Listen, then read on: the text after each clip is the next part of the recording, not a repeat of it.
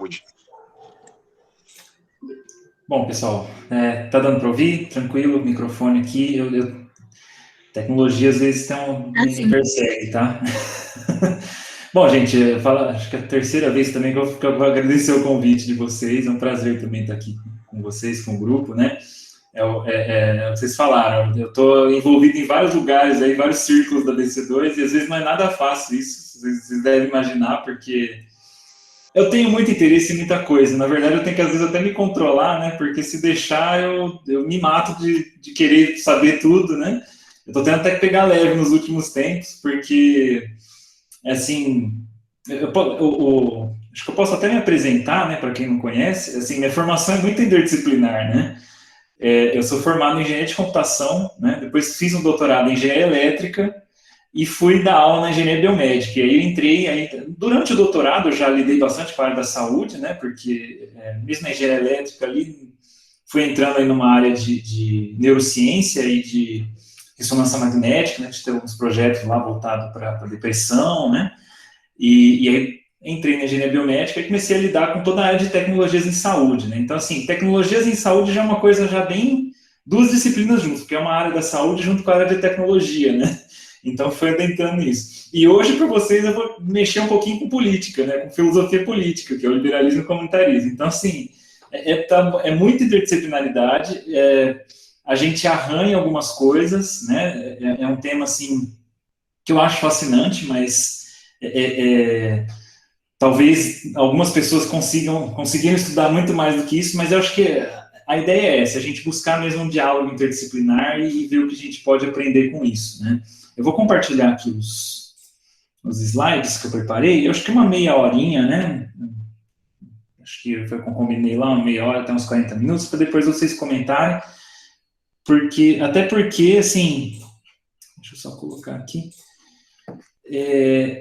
Isso aqui não é uma coisa, assim, bem discutida e bem estabelecida. Acho que é um rumo de pesquisa, é uma coisa que a gente ainda precisa caminhar e precisa desenvolver bastante, né? Eu quero só apresentar algumas discussões que surgiram na área de filosofia política, né, que é esse debate aí entre duas visões, que se chama liberalismo e comunitarismo, né, ou pós-liberalismo também alguns falam, vou explicar alguns detalhes. Mas isso foi dado assim, num nível mais de filosofia, mais de política, e agora que a gente está começando a ver as implicações desse debate para as diversas áreas, né? Então, na área da saúde, qual a implicação disso? Na área de tecnologia, qual a implicação disso? Né? E na área de tecnologias em saúde, que é que eu lido quais as implicações disso, e eu tenho buscado trabalhar aí as implicações dessa discussão, né? Mas, assim, gente, eu acho que, para a gente começar, uma coisa que eu sempre trago aí quando eu vou falar de saúde para as pessoas, né, é que, de fato, assim, a medicina, a saúde, a forma como a gente enxerga a saúde, ela não é assim, moralmente neutra, né? Assim, as tecnologias na saúde, os procedimentos da saúde, a própria arte médica, ela não é simplesmente uma técnica que não envolve certos pressupostos, certas visões sobre o que é bom, sobre o que é a realidade, sobre o que é a vida humana, né? Então, assim, quando a gente discute essa questão da cosmovisão, né? Alguns usam esse termo cosmovisão, outros usam o termo imaginário social. Nós trazemos certas formas de enxergar as coisas para as coisas que a gente faz na tecnologia e na saúde, né? Como toda arte, né, que a gente está lidando, né, no sentido ali grego da tecne, né? A medicina é uma tecne, a tecnologia é uma tecne, né? Toda arte, ela pressupõe uma visão de mundo, né?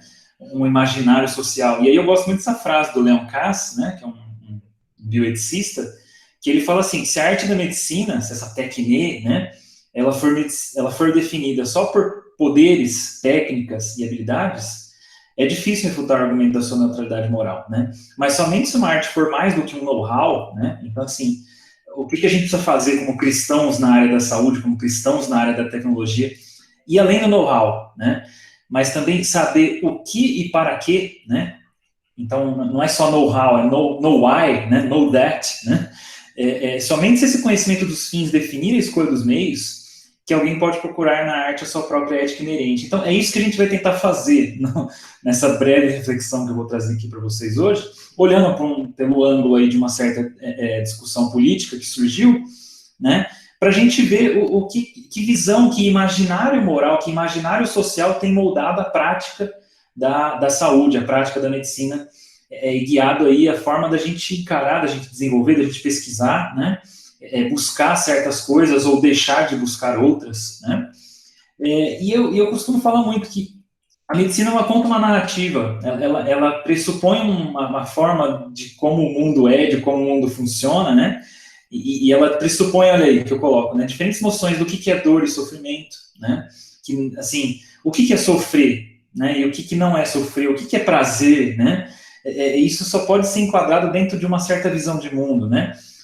O que é ser humano, o que é a finitude humana, até onde eu busco aliviar, por exemplo, um certo sofrimento, ou até que ponto eu entendo que a minha vida é finita, de que ela vai até um certo momento e a partir de agora, não, eu envelheci né, e todas essas questões de bioética que vão sendo trazidas, né, e uma visão também sobre o que é cuidar das pessoas, né, o que é um cuidado autêntico, um relacionamento autêntico de cuidado, de eu ajudar alguém, né, e seja lá o que seja essa ajuda, né, e as práticas da medicina, né, dessa técnica, dessa arte médica, ela narra certas visões disso, né? Assim, isso aqui eu peguei de um outro slide, não dá tempo de explicar muito por que o Pierre Bourdieu fala isso, né? Mas ele tem a ideia do hábitos, né? Que são práticas que são trazidas socialmente que contam uma certa história, né? Que contam uma certa concepção. Mas o James K. Smith também tem o termo liturgias culturais, né? Que são práticas que vão mostrar o que a gente crê que é a base da realidade, né? E tem um artigo muito interessante, que depois eu posso postar lá no grupo, eu não sei se vocês já leram, que chama Body Ritual Among the Nasirima, né? Nasirima, aí que ele escreveu, Nasirima, é American, ao contrário, né? O Horace Miner, o cara que escreveu esse artigo, é bem interessante para ler, que é como se fosse um sociólogo descrevendo uma tribo, né? Um ritual corpóreo de uma tribo indígena, né? Uma tribo, sei lá, desconhecida. E ele apresenta o artigo todo desse jeito. Só que você está vendo, ele tá narrando a prática da medicina nos Estados Unidos, né? Nos Americans, né? Então, é um artigo meio irônico que ele coloca, né? Para mostrar que, assim, que toda forma de uma prática médica, ela é um ritual que pressupõe certas coisas, né? Então, assim, você tem os rituais, você tem os sacerdotes, você tem até o calendário litúrgico da medicina, né? Qual que é o calendário litúrgico da medicina, né? Outubro Rosa, né? Coisas assim. Você tem até uma forma de organizar o tempo de acordo com certas concepções de saúde hoje, né? E é uma questão que vai além da eficácia, né, médica? Funciona ou não funciona? Não, assim, certas práticas, elas narram o que é mais importante na nossa vida, né? E aí, gente, a gente tem várias formas como essa prática tem sido colocada e muita gente tem mostrado que isso tem levado a uma crise moderna, né? Porque qual que é uma das formas em que a medicina tem sido colocada hoje? É uma visão muito abrangente e, às vezes, muito subjetiva da saúde, né? Então, assim, um autor que discute bastante isso é o Daniel Callahan, né? É um bioeticista aí de muito tempo, que ele fala assim que hoje em dia a gente quer o alívio do sofrimento total, né? A gente quer a cura total do corpo e a gente nunca descansa enquanto a gente não elimina totalmente o sofrimento, né? E aí surge a definição da OMS, né, de saúde, que o que é? É um estado de completo bem-estar físico, mental, social, né? Completo bem-estar físico, mental, social. Gente, isso já é subjetivo, né? Então, assim, a pessoa mesmo dizer para que, eu estou bem, né? E que não é só ausência de afecções e enfermidades, e esse bem-estar que inclui mental, físico e social. Então, ou seja, assim, tudo que eu me senti desconfortável, né, não é saúde, tudo que eu me senti confortável é saúde. E o que o Daniel Kahneman fala sobre isso, que essa noção toda abrangente, ela tem, assim, explodido os custos de saúde, porque, de repente, tudo agora passa a ser um problema de saúde, né, e tudo agora passa a ser uma tarefa de que a gente precisa investir em pesquisa, investir em saúde básica, investir cada vez mais e mais e mais e mais, porque tudo que as pessoas sentirem algum incômodo, né, deve ser resolvido, né. E aí, assim, isso acaba aparecendo alguns problemas, principalmente na área que eu tenho algum contato, né, que é do gestor de saúde, porque só aumenta. Ele mostra os dados, né? Então, cada vez mais questões e o custo da saúde aumentando, né? E aí o gestor ele tem que definir qual o problema que ele vai atacar, né? Então, assim, porque o dinheiro é limitado, e aí quem que vai definir, né? Então, assim, tudo que ele está querendo mostrar aí é que a gente não tem conseguido mais chegar numa concepção do que é uma vida saudável, suficientemente saudável, né? A gente vive num mundo agora com diferentes concepções, uma pluralidade aí de visões, de cosmovisões, e todo mundo quer se sentir bem, mas ninguém tem como chegar num acordo até onde assim, a minha obrigação para com o outro de fazer ele se sentir bem, de eliminar a doença do outro, né, coisas desse tipo.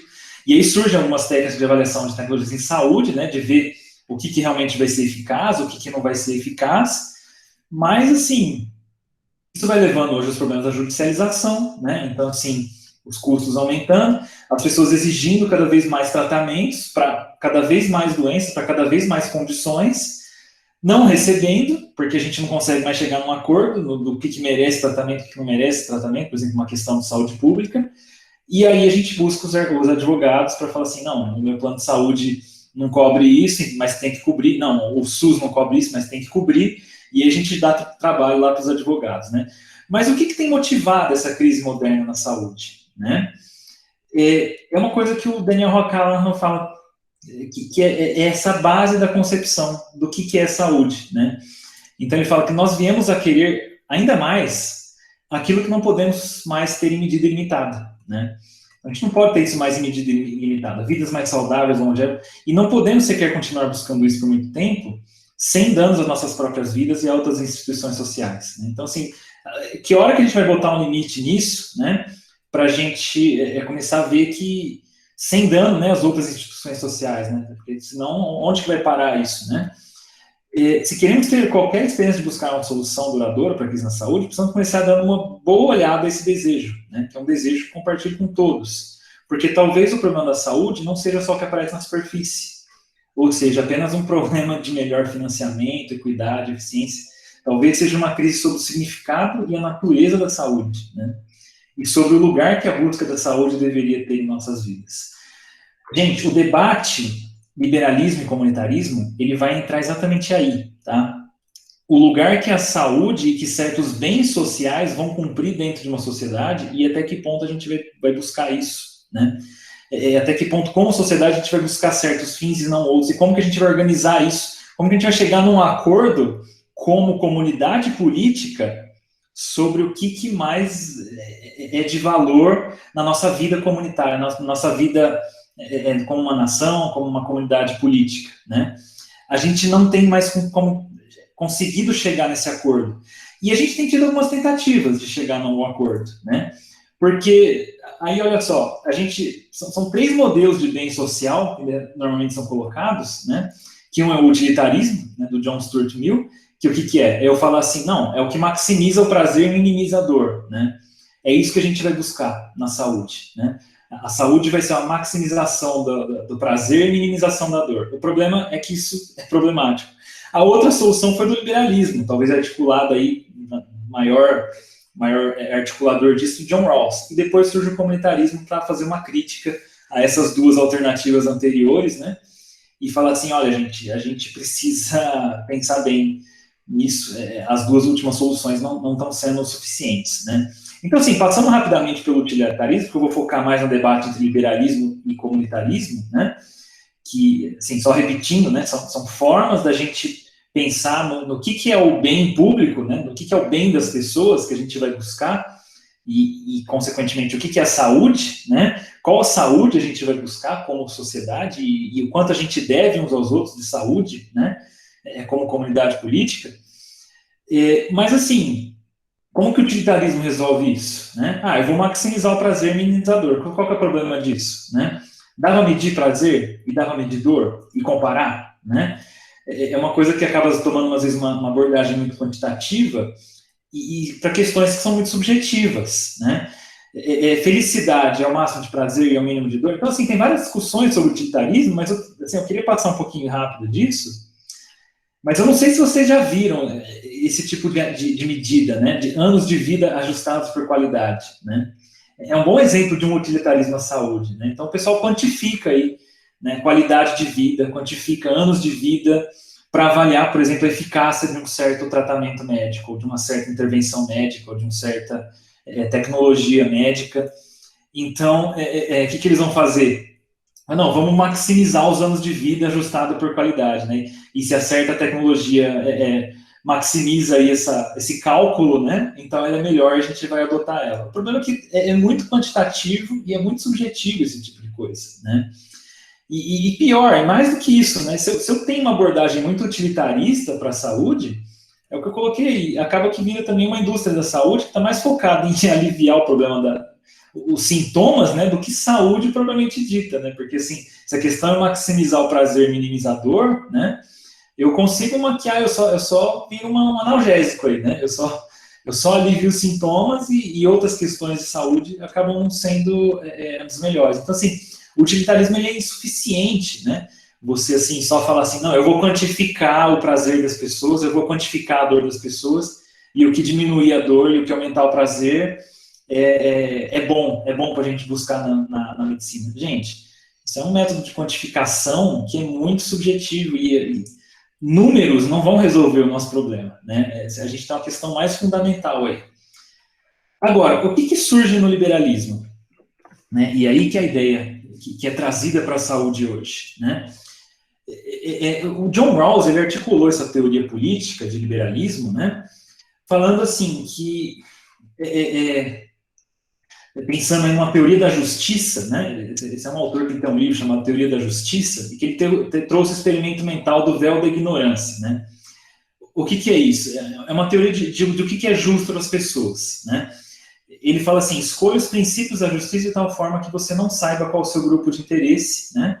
Raça, gênero, renda, idade, saúde, e qual o seu conceito de bem. Então, o que é isso? É uma noção de que eu tenho que ser neutro em relação ao que é o bem, né? Eu não vou responder premeditadamente o que é bom para as pessoas. Eu vou deixar cada um decidir por si o que ela acha que é bom para elas. E eu vou criar uma sociedade, né?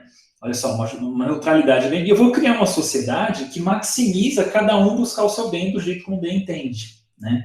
Então, assim, na saúde, se você acha que ser saudável é isso, então você tem que ser livre para buscar a coisa desse jeito. Se você acha que tem que ser desse jeito, você é livre. Então, a sociedade é um espaço neutro, onde cada um vai lá e busca para si o que acha que é melhor, o que acha que vai fazer você mais feliz, o que vai te dar mais bem-estar, né?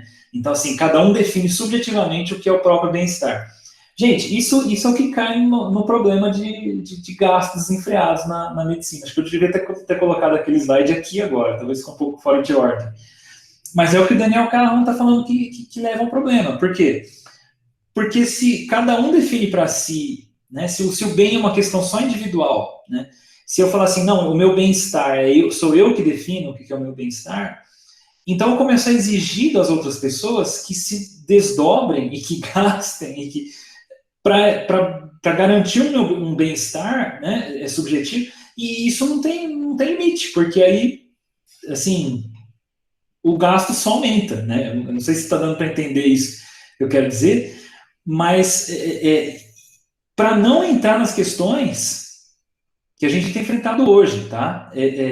Que o que é? Eu defino meu bem-estar, ok. Então, o meu bem-estar é não querer usar máscara, né? A gente não tem mais como a gente viver num mundo onde cada um define para si o que é o seu próprio bem-estar e a gente só garante que essas pessoas possam alcançar isso, principalmente por causa dessa pandemia que chegou para mostrar realmente a insuficiência dessa filosofia liberal, né? Por quê? Porque o cara fala assim, não, meu corpo, minhas regras, eu vou tirar a máscara, eu vou viver do jeito que eu bem entender. Gente, entrou uma questão aí de saúde pública, de pandemia, em que a gente está assim, urgente a gente começar a pensar de o que é um bem-estar e todos nós vamos ter que concordar sobre isso. O que é o bem-estar humano, né? Não adianta mais eu partir de uma concepção particular, individual e buscar uma sociedade neutra para isso. Mas, assim, os efeitos dessa filosofia, né, de neutralidade com relação ao bem, então você é neutro, né? O que funciona para você, o que é bom para você, eu te dou, né? Isso vai chegando num nível, né, assim, que a gente vai começar a ter vários problemas, né? Eu vou passar aqui mais rápido. Isso aqui não ficou muito bem articulado, mas olha só. O Taylor Dodson, um autor que eu vou citar aqui, ele fala isso, ó, que a filosofia liberal que subjaz ao estilo de vida contemporâneo, ela assume que a boa vida é puramente uma questão de responsabilidade individual, né? Então, assim, a sua saúde é questão sua, né? Ou seja, se houver um problema com tecnologia, com a busca da felicidade, ou com a saúde, né?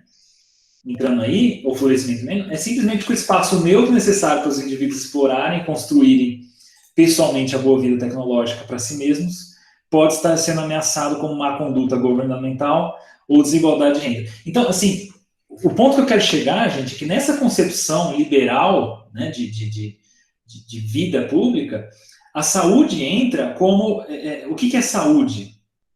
É eu estar livre para viver do jeito que eu quero. Então, assim, eu sou uma pessoa saudável para eu fazer o que eu quero, para eu ser uma pessoa livre, né? Livre de qualquer restrição que a realidade me imponha, né? E isso vai dando problemas, né? Uma coisa que se fala muito do liberalismo, né, é que para afirmar essa completa liberdade, essa saúde, como eu estar livre para fazer o que eu bem entenda, né? Eu preciso conquistar a natureza, eu preciso estar completamente liberto de qualquer restrição física, de qualquer restrição corporal que seja colocada sobre mim, né? E aí, isso vira um anseio de que a medicina não para, né? Porque, assim, eu não posso ficar doente, eu não posso ser limitado corporalmente, porque eu tenho que ser livre, né? Saúde é eu ser livre para eu fazer o que eu bem entender da minha vida. E aí a medicina tem que resolver esse problema para mim, né? Eu tenho que ir no meu médico, o meu médico, o que ele vai fazer para mim? Ele vai ser o cara que vai me livrar de alguma coisa que me segura, né? Ele vai me livrar para fazer o que eu bem entender da minha vida, né? Então esse anseio de controle sobre o destino, né?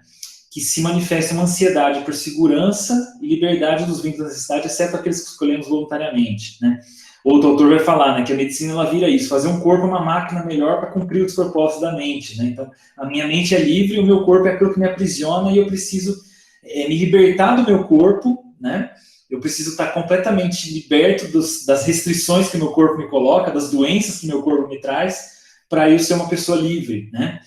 E aí eu preciso dominar a natureza, eu preciso dominar os processos corporais. Então a medicina vai surgir aí como uma ciência que vai me permitir dominar o meu corpo para eu ser uma pessoa livre, né? E com isso eu nego totalmente o sofrimento, né? Então, assim, acho que foi muita coisa que eu coloquei nesses slides aqui, eu adaptei ele de outro lugar, gente, até desculpa aí. Mas, assim, nessa concepção de que saúde é eu ser livre das amarras do meu corpo, das amarras da necessidade, das amarras da doença, né, para fazer o que eu bem entender da minha vida, o sofrimento ele perde sentido. Então, assim, sofrimento é uma coisa inaceitável, né? Então, assim, o Stanley Harris chama isso de teodiceia secular, né? Então, assim, eu não posso aceitar o sofrimento e a medicina vai ser aquele Deus que vai me livrar desse sofrimento, né? E aí Stanley Harris também discute várias coisas aí. Mas, assim, o ponto que é sério a se trabalhar nessa ideia, né, é o que o Gerald McKinney, ele fala aí nesse livro, To Relieve the Human Condition, né? Ele fala que isso é uma ilusão, tá? A gente entender a saúde como uma liberdade para fazer o que eu bem entender, conforme a minha própria concepção de bem, né?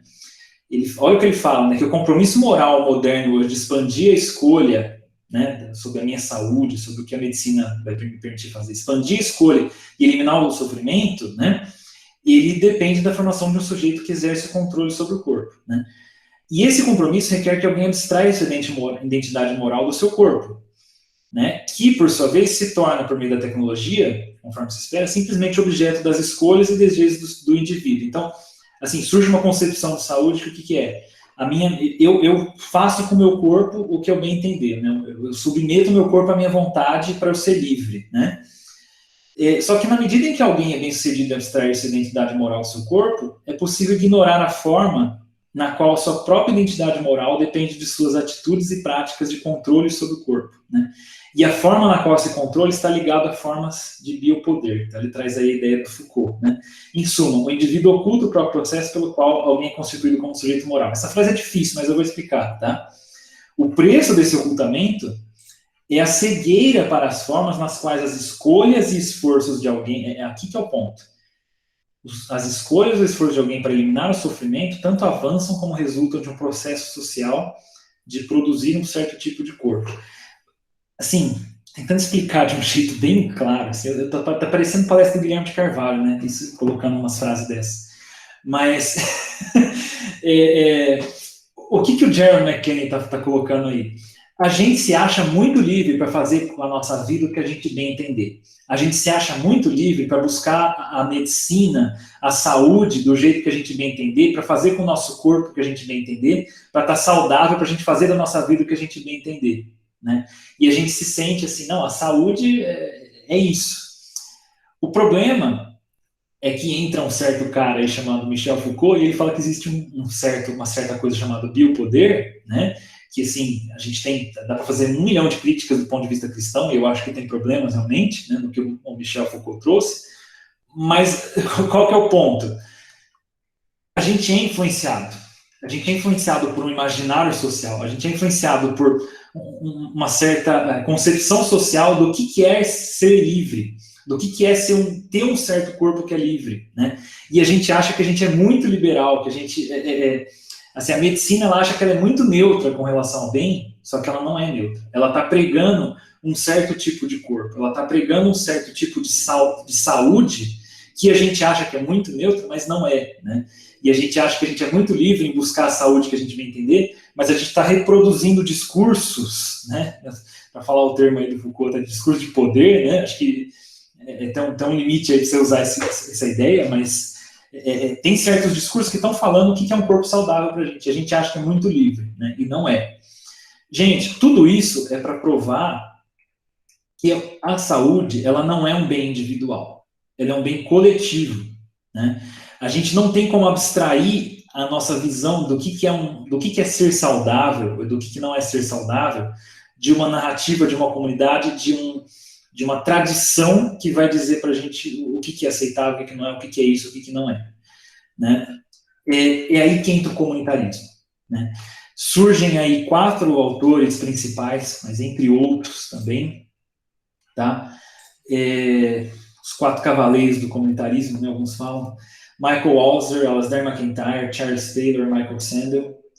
Alguns deles até nem gostam de usar esse termo comunitarismo, mas se você pesquisar é o que normalmente o pessoal chama de comunitarismo. E o que eles vão fazer? Eles vão pegar essa concepção do John Rawls de liberalismo e falar assim, gente, isso aí não vai dar certo. Eles vão trazer esse debate. E o que é esse debate? Se o bem humano, se o bem social, se o bem comum, ele é mais do que o que cada um define para si. Ele é uma questão comunitária, ela é uma questão coletiva, ela é uma questão que envolve esse mundo social que a gente interage, né? Não tem como a gente escapar desse horizonte, né? O Charles Taylor fala muito isso, não tem como você escapar do horizonte de uma narrativa, do horizonte de uma tradição cristã, ou não cristã, ou islâmica, ou sabe-se lá o que, para a gente definir, né, o que é aceitável, o que não é aceitável dentro de uma saúde, o que é ser livre, o que é ser saudável, né? Não dá para pensar fora disso, né? E olha só o que o Michael Sandel ele fala, se deliberar sobre o que é bom para mim envolve refletir sobre o que é bom para as comunidades às quais minha identidade está ligada, talvez a ideia de neutralidade esteja equivocada. Então, não tem como a gente ser neutro. Pode não ser possível, nem mesmo desejável, deliberar sobre justiça, ou sobre justiça e equidade na saúde, né, sem deliberar sobre o que é uma vida boa. Né? E o comunitarismo vai falar isso, que a gente precisa pensar não numa liberdade negativa, a gente precisa pensar não como a sociedade tendo que dar para a gente libertação das amarras, das coisas, para a gente ser quem a gente quiser, para a gente buscar quem a gente bem entende que seja o nosso bem, né? Não, a liberdade ela tem que ser uma coisa positiva. Eu sou livre para algo. A minha saúde, né, ela é uma saúde para algo. Eu estar saudável não significa eu estar livre para eu fazer o que eu bem quiser da minha vida. Eu estar saudável significa eu estar apto para servir, eu estar apto para algo. A saúde ela é um meio, não um fim em si mesmo, né? Talvez assim, o que acabou virando no fim das contas é que a saúde virou um fim em si mesmo, né? Então assim, eu quero só estar saudável, seja lá para quê, né? Mas não, estar saudável é um meio para a gente cumprir um chamado, para a gente viver em comunidade, viver em sociedade, e a gente precisa recuperar essa noção, né? E o Alasdair MacIntyre ele vai falar isso também, né? Que assim, a saúde é um bem comunitário, ela não pode ser abstraída disso, né? Assim, ele tem muito essa ideia, né, de que as virtudes, a excelência humana, ela está sempre dentro de uma prática social, dentro de uma narrativa, dentro de, né, assim, uma tradição. E aí eu não posso abstrair minha saúde disso, né? Eu estar saudável, né? Eu decidir, eu estou saudável, eu estou doente. Isso tem que estar dentro desse horizonte comunitário, né? E aí é somente a partir de comunidades reais e seu capital moral, né, é que pode se discernir um ordenamento correto da saúde em relação a outros bens sociais, né?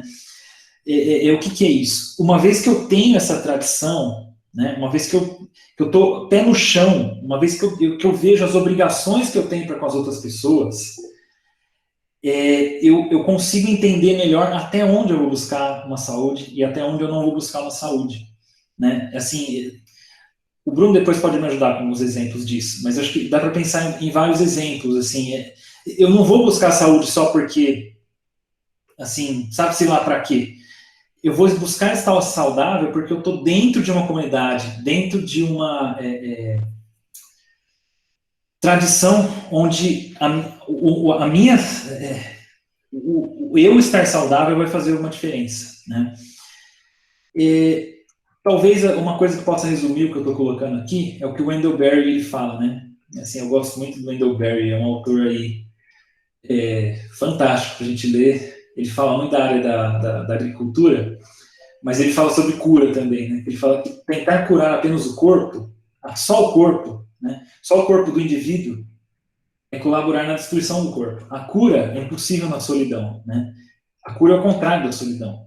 Convivialidade é cura, né? Para sermos curados, precisamos nos reunir com todas as outras criaturas no banquete da criação, né? Então, assim, ele faz uma crítica pesada aí, que ele fala que o que adianta a gente estar saudável, né? A gente não ter nada que nos jogue no chão, né? Que nos doa, sendo que a gente está fora dessa dimensão comunitária, né? Sendo que, para quê? Eu vou ficar livre da minha doença para quê? Eu vou, na tecnologia a gente fala isso também, eu vou poder fazer o que eu quiser, eu não preciso mais fazer isso, não preciso mais... Para quê? Né? A liberdade que a tecnologia vai dar, a liberdade que a medicina vai me dar, ela vai ser para quê? Né? Então, assim, isso não vai resolver. A cura, ela tem que envolver esse horizonte comunitário. Essa que é a ideia do comunitarismo. Né? A saúde não é um bem individual, a saúde é um bem comunitário. Eu vou buscar ela para servir os outros. E uma vez que eu tenha a perspectiva da comunidade, eu vou conseguir entender melhor o que é aceitável e o que não é aceitável numa busca de saúde. Tá?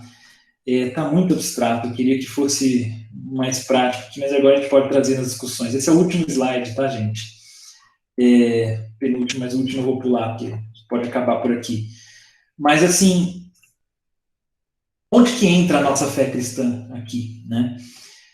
Gente, cristãos, nós somos relacionais, né? Nós não somos indivíduos isolados. Deus não nos criou indivíduos isolados. O nosso Deus, ele é um Deus relacional.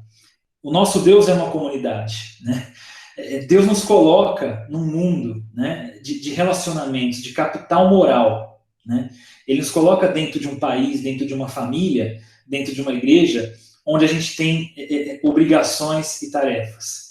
E a gente não pode pensar a saúde separada disso, né? E ter essa percepção, né, de que a gente não está assim, simplesmente querendo nos libertar da morte, né, de que eu só quero viver o máximo que eu puder, né, eu consigo dirigir a atenção para outras coisas, né. E aí, que eu escrevi aqui, ó, que a gente tem uma reforma de um paladar moral. O cristão ele tem um paladar moral diferente, que a gente vai começar a entender onde que vale a gente suprimir a nossa própria autonomia individual, né, em amor às pessoas, né? Então, assim, eu não estou preocupado só comigo, só com eu estar saudável, né? Eu não estou preocupado só com a minha saúde. Eu posso até suprimir a minha saúde visando um bem maior, como o próprio Cristo fez isso, né? Ele suprimiu estar bem, né? Ele aceitou o sofrimento porque ele visava o serviço, ele visava um ato de amor, né? E a gente não tem coragem, tem gente, tem crente que não tem coragem nem de botar a máscara, né? Porque não é a minha autonomia, é a minha saúde, né? E eu já vi muita gente falar assim, não, mas eu tenho um histórico de atleta, né? Não, esse vírus não vai me afetar, né? Não, isso não vai me causar. E eu já vi gente falar assim, não, mas se eu morrer, não tem problema, né? Por quê? Porque eu vou estar com Cristo. Então eu não tenho medo dessa doença, porque se eu morrer não tem problema. Agora, e os outros? Para começar que se você pegar, você vai transmitir para os outros. Então, assim, você não vai ser um elemento neutro aí nessa história toda, porque mesmo que você morra, né, e você quer morrer, esse pensamento cristão suicida, que às vezes se baseia lá em Paulo falar que quer estar com Cristo, né? Tem gente que pega esse texto de Paulo e parece que Paulo está falando que a gente tem que ser suicida, né? Não é isso que Paulo está falando, mas tem gente que acha que é suicida, né? Então, não, se eu morrer não tem problema, né? Para começar, tá bom, você quer morrer, você morre, mas você vai transmitir para os outros e você vai ser responsável. Só que mais ainda, gente, por que a gente tem que ser saudável? Para servir, né? E eu falo assim, é tão absurdo porque eu me tornei pai em 2018, né? E quando a gente é pai, a gente muda a nossa perspectiva das coisas, porque quando a gente é jovem, né? Ou recém-casado, a gente fala assim, se eu morrer, morreu, né? Beleza. Agora, quando a gente tem uma criança, quando a gente tem filho para cuidar, que depende da gente, e a gente pensa no pavor que seria uma criança dessa chorando, falando, eu quero meu pai, e meu pai não está presente, porque o meu pai falou que preferia estar com Cristo, aí a gente começa a pensar, né, que a saúde é um bem comunitário, é um bem para a minha família, eu tenho que estar saudável, não é porque eu quero estar livre para viver a vida boa, para fazer hoje o que eu bem entender. Eu tenho que estar saudável porque eu tenho que cuidar da minha família, porque eu tenho que cuidar dos meus filhos, porque eu tenho que servir a Deus nos papéis que Ele colocou dentro da sociedade que Ele me colocou, né? Então, é um senso de responsabilidade, né? E não é uma saúde assim vaga, é uma saúde contextualizada, né? Acho que agora eu trouxe um exemplo para vocês, acho que fez mais sentido, né? E isso também nos traz um descanso também, né? Que assim que a gente compreende os nossos limites, né? Então assim também não é assim eu ter que resolver todos os problemas da saúde, né? Porque também, de fato, se a gente morrer também, tá tudo certo, né? De fato, a gente não pode temer a morte como quem também não tem esperança, né? Então, assim, a gente também faz até onde dá, né? A gente também não vai se matar e a gente descansa também nisso, né? Porque a gente é limitado, né? E chega um momento que a gente entrega isso para Deus, né? Então, gente, acho que eu não sei se eu consegui ser claro o suficiente, mas agora vocês trazem as perguntas e a gente vai trabalhando isso. Eu não trouxe até sugestões práticas, né, para como essa visão comunitária da saúde ela vai se traduzir em atitudes práticas para a gente buscar a nossa prática na saúde, né? É o que eu tenho buscado pensar. Mas isso é muito importante. A gente precisa ir além dessa visão de que estar saudável é simplesmente não viver do jeito que eu bem entender, né? Porque isso tem gerado crises econômicas, crises espirituais, né? Então tem sido difícil. Não sei se eu passei muito do horário, gente. Tá ótimo, Fernando, fica tranquilo. Gente, eu só vou fazer um parênteses aqui, porque eu percebi que a Bia começou a gravar um pouquinho depois, eu só queria ajudar o nosso editor Lucas do podcast com... Hoje nós estamos aqui para discutir o tema de comunitarismo e liberalismo na saúde. Pronto, já ajudou ele. Mas beleza. Fernando, só queria dizer uma coisa para você. Você está convocado para no momento que você pisar em Curitiba, você me ligar que eu vou fazer um plantão de 6 horas para te pagar uma churrascaria full, assim. Porque, meu Deus, homem, você... Tipo, onde é que você tava? Tipo assim, eu tava escutando você falando, assim, eu tava tipo, onde é que essa palestra estava nos meus 6 anos de formação como médico.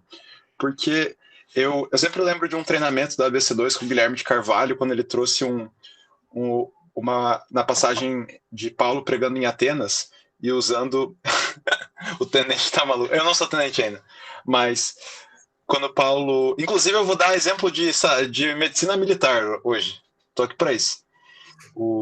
Quando Paulo se indigna quando ele vê os ídolos na cidade de Atenas, ele aponta, né, para aquele ao Deus desconhecido, assim, e o Guilherme de Carvalho trouxe essa ideia de como essa indignação ela é santa, e ela é útil, e ela pode gerar movimento para a glória de Deus.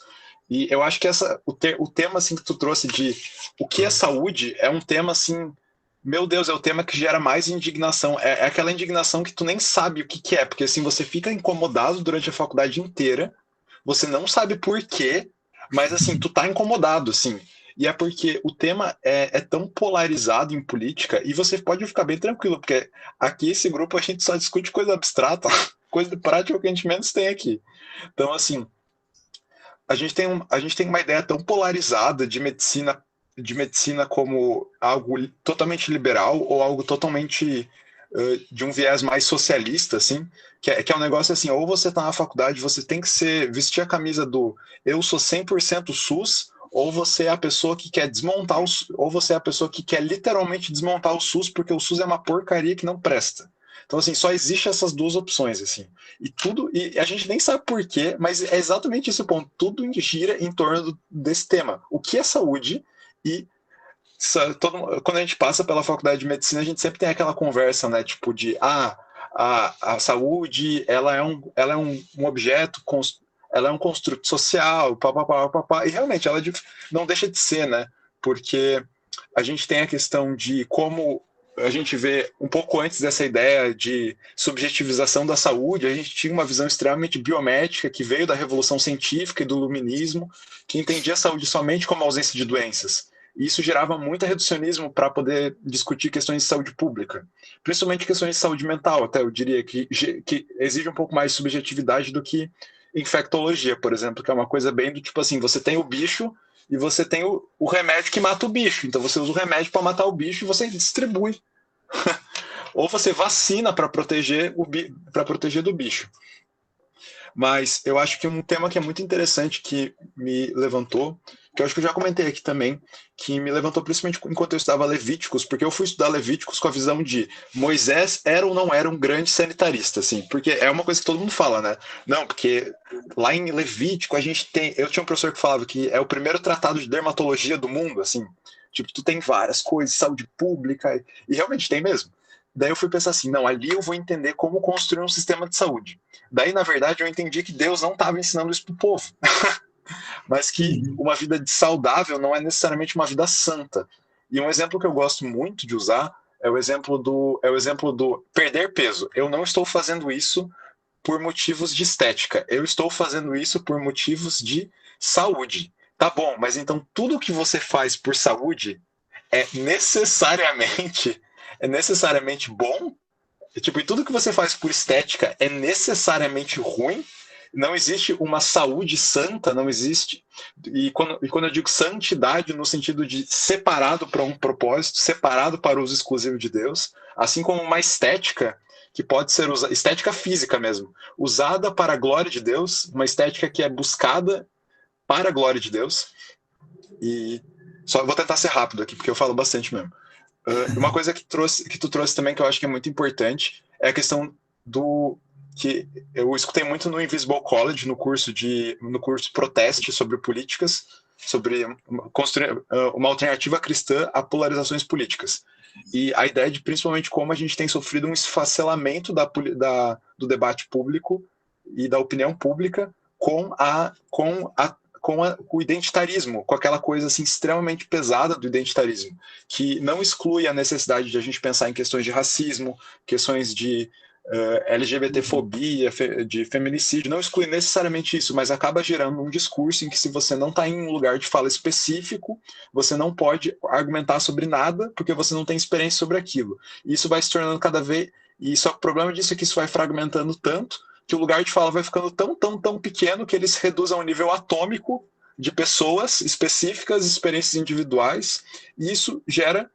Não tem como construir um bem público a partir disso, porque não tem mais debate, porque cada pessoa vai ter o seu bem-estar social individual, digamos assim. A sua utopia perfeita para si mesmo, assim. E isso não existe. Não tem como construir isso.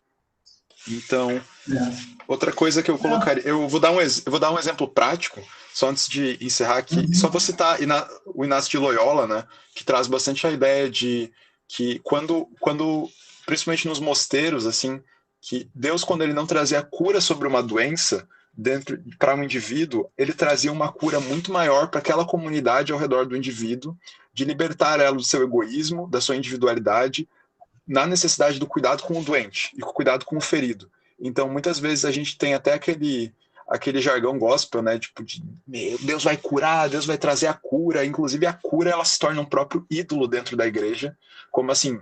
Eu não estou buscando Jesus porque eu preciso desesperadamente dele, porque eu sou um pecador e porque o relacionamento com ele é a única coisa que vai dar um propósito real para minha vida, mas porque eu quero a utilidade da cura, né? Eu quero curar meu câncer, eu quero curar minha dor de cabeça. Nossa, tipo, 2 exemplos extremos, né? Quero curar minha gripe, qualquer coisa desse tipo. E quando muitas vezes a não cura é o que gera transformação na sociedade. Talvez até exemplos, por exemplo, a gente vai trazer uma conversa mais para frente, provavelmente, sobre capacitismo, por exemplo, de uma criança deficiente dentro de uma comunidade local. E aquela comunidade vai ter que se mexer para poder trazer as necessidades suprir necessidades dessa criança, e nesse momento a gente entende que o corpo ele funciona com vários órgãos, inclusive com alguns órgãos que a gente não entende a função e que a gente fica tentando dar uma de louco do criacionismo, falando, por exemplo, assim, meu Deus, o apêndice vermiforme, não sei o que, é para tal coisa, o dente ciso é para tal coisa, às vezes é só para inflamar mesmo, é só para causar problema. Só que, não necessariamente, isso é ruim, e isso não pode ser usado por Deus para a glória dele, para a edificação do corpo dele. E eu daria o último exemplo que eu estou vivendo agora. Eu sou médico recém-formado, né? Estou formado há quase um ano. E agora eu estou servindo no serviço militar obrigatório, voluntário, né? Porque eu me voluntariei para o serviço militar obrigatório. E eu gosto muito da ideia de, tipo, lá você tem que fazer muita atividade física. O Coronel Assuero está aqui com a gente para poder falar mais, se ele quiser, sobre isso. Você tem que fazer muita atividade física e você tem que estar sempre cuidando do teu corpo, cuidando para estar com o cabelo cortado, com a barba parada, com a mulher, no caso, né, com o cabelo bem assentado no coque ou cortado curto, e vários outros detalhes que eu não vou encher o saco aqui, que fazem parte da higiene do militar, que todas elas visam a sua capacidade de cumprir uma missão, a sua operacionalidade para cumprir uma missão. E eu acho que essa ideia assim, da saúde como um meio, e a estética também como um meio, que é um outro tema que eu gosto bastante de falar, são como meios para a gente poder cumprir missões que Deus nos concede, são um caminho bastante interessante. Mas assim, eu vou parar por aqui porque eu tive uma explosão aqui e eu vou continuar tipo, até meia-noite se me deixarem, então eu já vou parar por aqui. Antes de eu falar... Oi. Desculpa, Fernando, a gente tinha aqui tido uma ideia de talvez o Bruno fazer algum comentário, você tinha falado sobre ele te dar uma ajuda aí, e como também foi ele que te indicou, a gente também queria saber se ele quer adicionar alguma coisa antes da gente seguir com esse debate.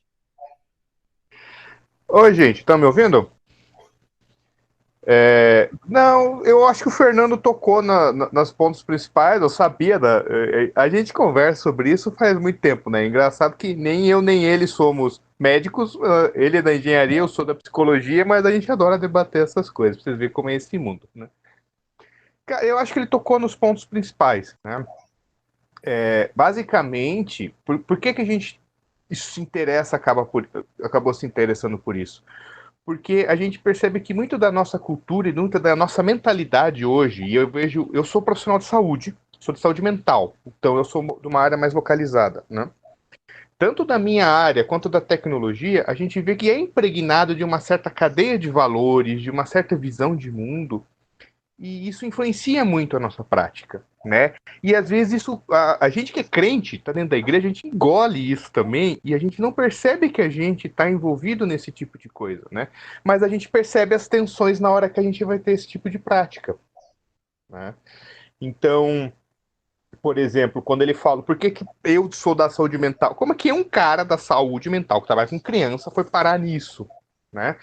Porque toda a definição a gente que existe hoje de saúde mental da OMS, que é mais subjetiva e bizarra do que a de saúde que ele citou aí, que é muito subjetiva, ela vem de um autor, que é o Amartya Sen.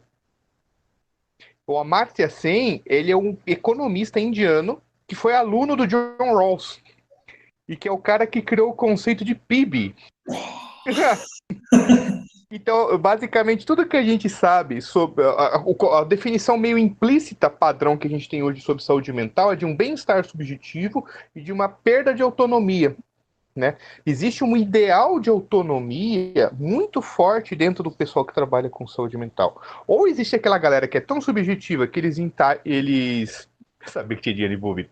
Tem uma galera que é tão subjetiva que eles entendem que qualquer expressão é uma ruptura do sistema, até aquele pessoal que o objetivo é assim, e eu sei porque eu trabalho na área, a gente tem que trabalhar para ele ser autônomo, ele ser funcional, é um ideal, e é um ideal que às vezes reflete um tipo de cultura.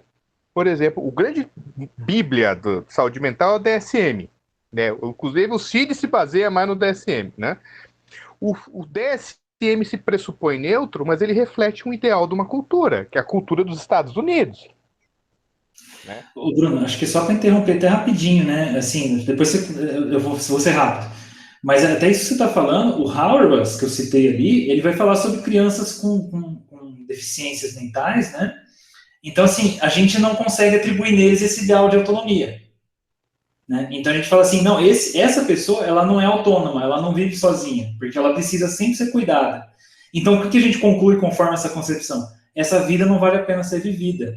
E aí a gente tem que cometer aborto com uma criança que faz isso. Então Harris, ele fala, a violência não surge dessa. Quando aparece uma concepção de saúde que não envolve esse sujeito autônomo e livre, a gente fala, não, eu não quero isso. Então é melhor jogar isso pra lá. Exatamente. E daí por que o comunitarismo é interessante ter atraído gente? Porque ele sai desse foco individual e vai para um foco mais comunitário. O exemplo melhor para ilustrar tudo é o que ele citou do Wendell Berry. O Wendell Berry, se vocês quiserem, o Wendell Berry é um hippie crente, tá? Exatamente. É um hippie crente. Ele é um cara que acontece? Ele é fazendeiro.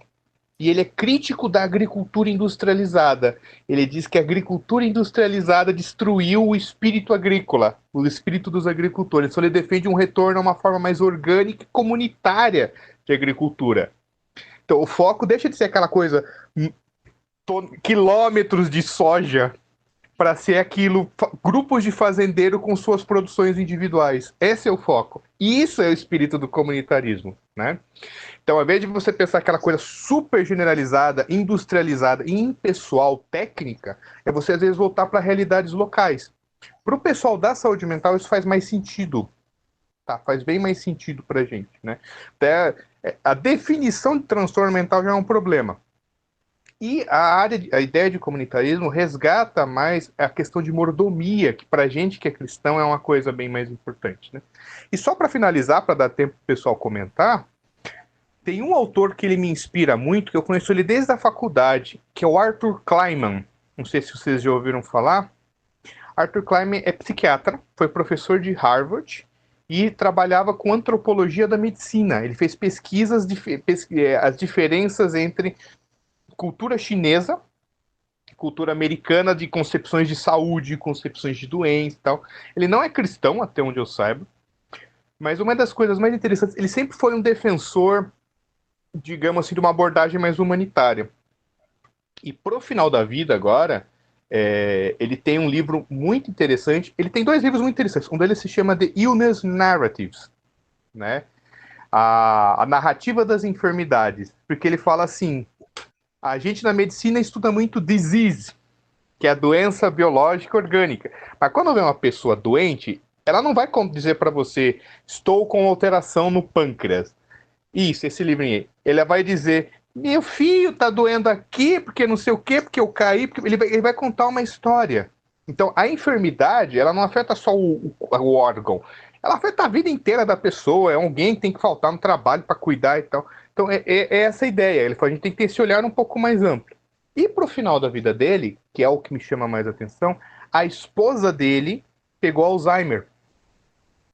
E o último livro que ele escreveu, que se chama The Soul of Care, A Alma do Cuidado, é a experiência pessoal dele como um médico, psiquiatra, antropólogo, professor de Harvard, sofrendo para cuidar da esposa.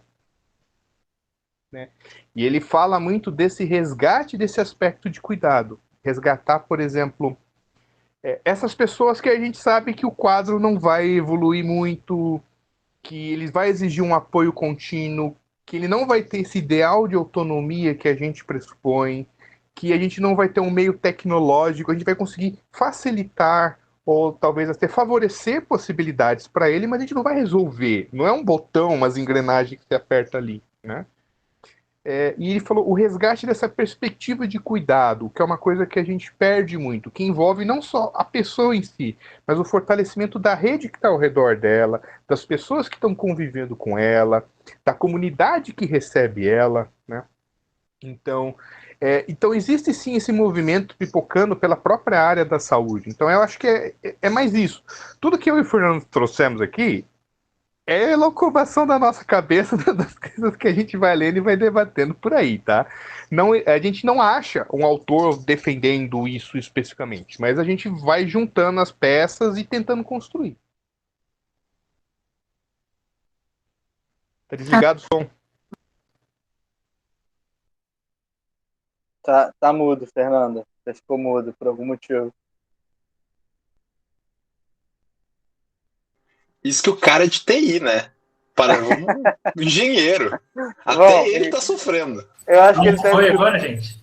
Tá ouvindo, tá ouvindo. Beleza, troquei o microfone. Às vezes tá pior um pouquinho o som, mas enfim. Não, gente, acho que até eu tenho que pedir um pouco de desculpa por esse slide, porque é bem o que o Bruno falou, vira uma coxa de retalho até, né? Porque assim, a gente vai juntando as coisas e no fim não acabou ficando tão coeso. Mas assim, eu acho que, até juntando aí o que o Leonardo falou, né, todos esses comentários, acho que é um tema que me pega muito e que acontece muito dentro da minha própria área, que eu vejo ali, da engenharia biomédica, né? É assim, você perguntar para a pessoa o que é saúde, né? Aí a pessoa, saúde é tudo, né? E eu acho que só mostra, assim, que a gente está com um problema, que eu sei que já está bem abusado esse termo hoje, mas é uma idolatria, né? Assim, de repente, assim, é um ideal inquestionável, porque a gente acha, assim, acho que na hora que a gente começa a ver, olhar esse negócio mais a fundo, a gente vê que o pessoal está projetando ideais liberais na saúde, que o que é? Não, saúde é tudo. Por que saúde é tudo? Porque quando eu estou saudável, eu sou uma pessoa livre e eu faço o que eu bem entender da minha vida, né? Então, assim, no fundo, às vezes é isso que às vezes passa a impressão, né? E os engenheiros biomédicos, gente, de todos os engenheiros, eu falo por mim, eu fiz engenharia de computação e doutorado em engenharia elétrica. Na hora que você vê um engenheiro biomédico, o orgulho que ele tem do cara que vai melhorar todos os problemas da humanidade, que vai salvar, que vai ajudar as pessoas, assim, o idealismo é o engenheiro mais idealista de todos, né? Porque ele acha que ele está com um ideal que no mundo de hoje é inquestionável, né? Porque você pode, é o que o Leonardo falou, estética, né? A estética você questiona, né? Assim, se o cara se forma em engenharia para fazer joguinho de computador, você vai, joguinho de computador, videogame, né? Se o cara se forma para fazer, sei lá o que de projeto de engenharia, você questiona. Agora, se o cara se forma para fazer uma maca, para fazer um raio-x, aí você fala, não, esse cara tá contribuindo para a humanidade, né? E aí você começa a apertar eles e fala assim, olha, mas será que isso é bom mesmo? Como assim isso não é tão bom, né? E aí que você vê como a coisa está bem encostada, né? Que precisa ser questionada. Fernando, eu queria fazer duas considerações e depois aí fazer uma provocação aí no tema. A primeira, eu gosto muito, assim, é um pouco oposto de o que a gente tem comentado em algum sentido aqui, mas a definição do René Lahich de saúde foi a primeira que eu ouvi e ela me marcou, assim, porque ela para mim é que faz mais sentido, né? Que a saúde é a vida no silêncio dos órgãos. Parece reduzir a vivência do adoecimento que o paciente tem ao órgão, né? Uma visão bem patológica, digamos assim, da doença, mas eu acho que talvez ela seja muito mais profundo e útil do que a gente imagina. Porque esse saúde como silêncio, aquela percepção, é como aquele barulho de fundo de chuva que te faz um bem, mas você não percebe que ele está ali. Então eu tenho a impressão que quando a gente vai para esse sentido de saúde, a gente perde um pouco a subjetividade e acaba podendo embarcar, inclusive, as questões de saúde mental aí, né? Por outro lado, é interessante esse aspecto da saúde como o problema do subjetivismo assim na saúde, porque eu fico pensando no exemplo que a gente teve recente do NHS, que é o SUS em inglês, né? E a retirada da homeopatia como algo que o sistema cobria, né? Porque, assim, você precisa de alguma evidência objetiva de que o gasto que está sendo feito pela comunidade, né, tem benefício para o paciente. E isso não é necessariamente você proibir a homeopatia. O paciente pode se sentir super bem com isso, ter uma resposta, assim, pessoal, né, da experiência dele muito boa. Mas a gente precisa de alguma evidência objetiva aí de que algo funcione, né? É isso que a gente está vivendo ou viveu com relação à cloroquina, né? Que já é um assunto que eu acho que o nosso grupo esgotou exaustivamente. E a última coisa que eu queria fazer é a provocação no sentido seguinte: como quando a gente fala do coletivismo, como é que a gente não cai, por exemplo, na seguinte situação? Eu tenho um paciente que ele sofre uma parada cardíaca no meu CTI. Ele é reanimado, tá? Ele tem aí 40 minutos aí de reanimação, ele volta, né? Lembro que eu tive essa discussão é uma discussão que eu tive real com uma intensivista. E a discussão que a gente teve era o seguinte: a gente deveria buscar medidas para interferir no dano neurológico que esse paciente vai ter? Ou seja, a medida que a gente estava discutindo era a hipotermia, né, que tem um bom efeito aí para a prevenção de encefalopatia hipóxica. E aí a discussão que a gente estava tendo, a gente deve intervir nesse sentido, ou melhor, se a gente tem uma expectativa de uma PCR, de uma parada longa, a gente deve investir esforços num paciente que provavelmente vai ficar aí semanas em ventilação mecânica, ocupando um leito de CTI que talvez pudesse ser ocupado por um paciente que teria uma expectativa de sobrevida melhor, e no final das contas não vai ter acesso àquele leito porque o sistema está sobrecarregado. Então, assim, no sentido aí da coletividade, tentando aí puxar talvez um pouco para o lado do indivíduo, como é que a gente equilibraria assim, essa equação aí? Eu lembro que talvez esse seja o exemplo que a gente está vendo o tempo todo agora no Covid. O que fazer quando você tem um paciente que vai ocupar o leito, provavelmente não vai sobreviver, mas ele tem ali aquela esperança de vida ainda. Sim. Assim, esse é um problema de bioética também que vai longe, né? Mas, assim, eu acho que o mais importante eu falar aqui, gente, comunitarismo não é coletivismo, tá? Assim, eu acho que, de fato, essa é uma coisa muito discutida na filosofia política, né? Que é o extremo do individualismo e o outro extremo do coletivismo. Eu acho que o coletivismo, ele também é um problema sério, né? Que é o que a gente percebe, que acho que é o que, às vezes, associam mais à esquerda, né? Mas não necessariamente também, mas, assim, o pessoal fala assim... alguém chega do lado de cima e impõe que a vontade coletiva impõe sobre a vontade do indivíduo. E isso também não é, assim, sempre adequado, né? O comunitarismo, né, ou até diria... Até interessante, eu ia falar do pós-liberalismo, né? Muita gente usa esse termo, mas na Inglaterra o pessoal chama bastante de pós-liberalismo. A gente precisa pensar além do liberalismo, né? Porque às vezes algumas pessoas não gostam do termo comunitarismo. Mas, assim, todas essas propostas comunitaristas e pós-liberais, elas estão buscando meio que equilíbrio aí, né? Então, assim, você tem que diminuir... E qual que é o ponto? Você tem que diminuir o escopo, né? A questão ali, como é que eu resolvo, né? O indivíduo tem voz final ou a coletividade tem voz final? Não, a comunidade, né? Então, não é um coletivo impessoal, não é uma vontade pública abstrata que vem, por exemplo, de um Estado, ou que vem, por exemplo, de alguma instituição, que não, é assim que a coisa funciona, impõe de cima para baixo, mas também não é o indivíduo que ele fala, não, existe, é uma dimensão local, né? É a minha família, é a minha igreja, é a minha cidade, Então, existe um nível, existem níveis adequados para essas deliberações sobre o bem, né? A família, o indivíduo tem alguma liberdade para buscar o certo bem, né? Assim, por exemplo, meus pais, eles não impõem sobre mim, por exemplo, o meu emprego, né? E eu acho que, ok, né? Eles deixaram, não, você, como indivíduo, vai tomar essa decisão sobre o que vai ser melhor para você. Então, essa decisão é uma questão individual. Agora, outras decisões, aí eu já tenho que pensar no contexto da minha família. Outras decisões, eu tenho que pensar no contexto de cidade, de igreja. Então, assim, tem decisões no nível mais local. O problema é quando o país começa a decidir para você questões que você tem que decidir no nível local. Então, assim, tem uma discussão longa aí, mesmo entre alguns teóricos cristãos, que são do princípio da subsidiariedade, né? De você reconhecer isso, que você tem coisas que são tomadas em níveis mais restritos, mais comunitários, mais locais, e outros em níveis mais globais. Pelo menos assim, o nível mais global existe para ajudar a existência do nível mais local, né? Então, assim, eu dei uma resposta teórica para esse problema do individualismo e do coletivismo, né? Acho que o comunitarismo ele tenta dar assim um meio termo aí, né? Se é que se pode chamar de meio termo. Agora, nesse problema clínico aí que você colocou, eu acho que é um problema sério. Eu não estou muito capacitado a responder isso, não. Vou fugir. Fica tranquilo que a gente está com essa pergunta aí rodando, acho que já é a segunda ou terceira vez que eu falo isso desde o início do nosso grupo. É uma pergunta difícil mesmo, eu só queria provocar.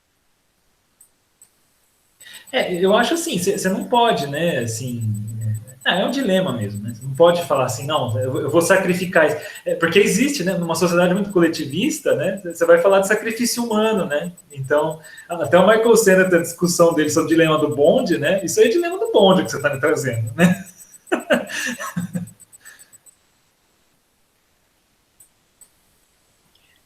Sou eu, Léo? Sim? Isso, professor. Oi.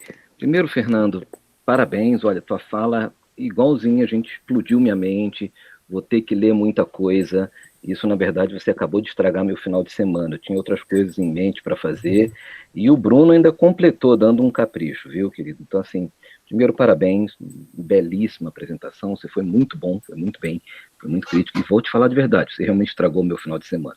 Eu sou Assuero, sou médico, sou docente no FRJ, na FGV, sou hematologista clínico.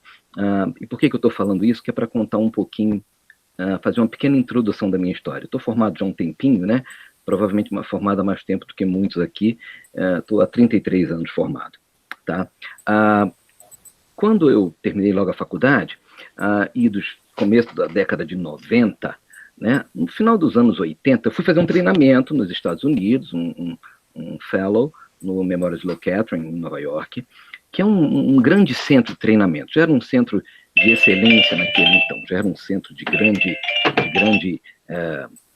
trabalho, e sempre foi muito visionário nessa época o que esse centro fazia. E só para posicionar um pouco o pessoal, no final dos anos 80, talvez alguns aqui, pelo menos saibam teoricamente, teve aquele Jack Kevorkian, que era o Doutor Morte, que tinha inventado a máquina do suicídio assistido. Isso estava muito na voga ainda, no começo dos anos 90. Né?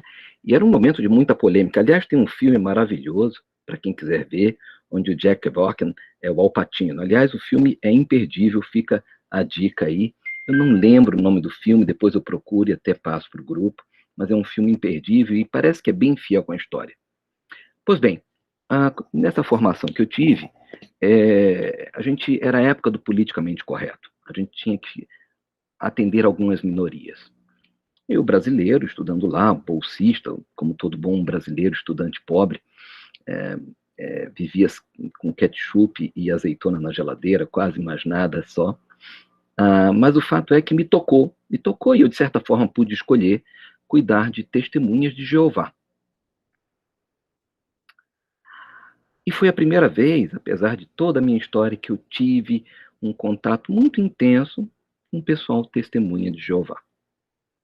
E foi uma grande explosão também na minha cabeça lidar com testemunho de Jeová. Primeira percepção que eles não são nihilistas. Primeira coisa, ele não é um descrente da ciência, nem da tecnologia, nem da saúde.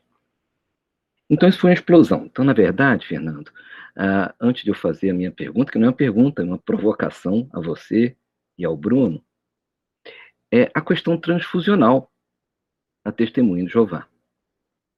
A questão de ele abrir mão de uma vida terrena, partir para uma vida eterna, ou o contrário, né?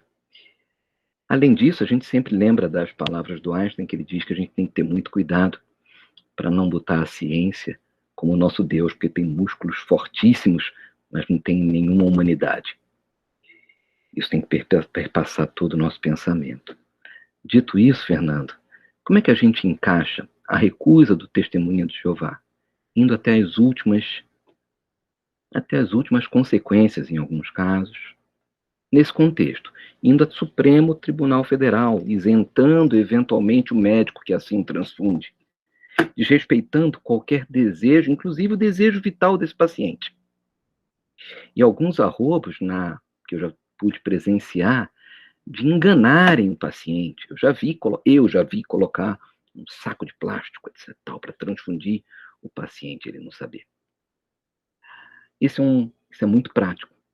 Isso tem acontecido.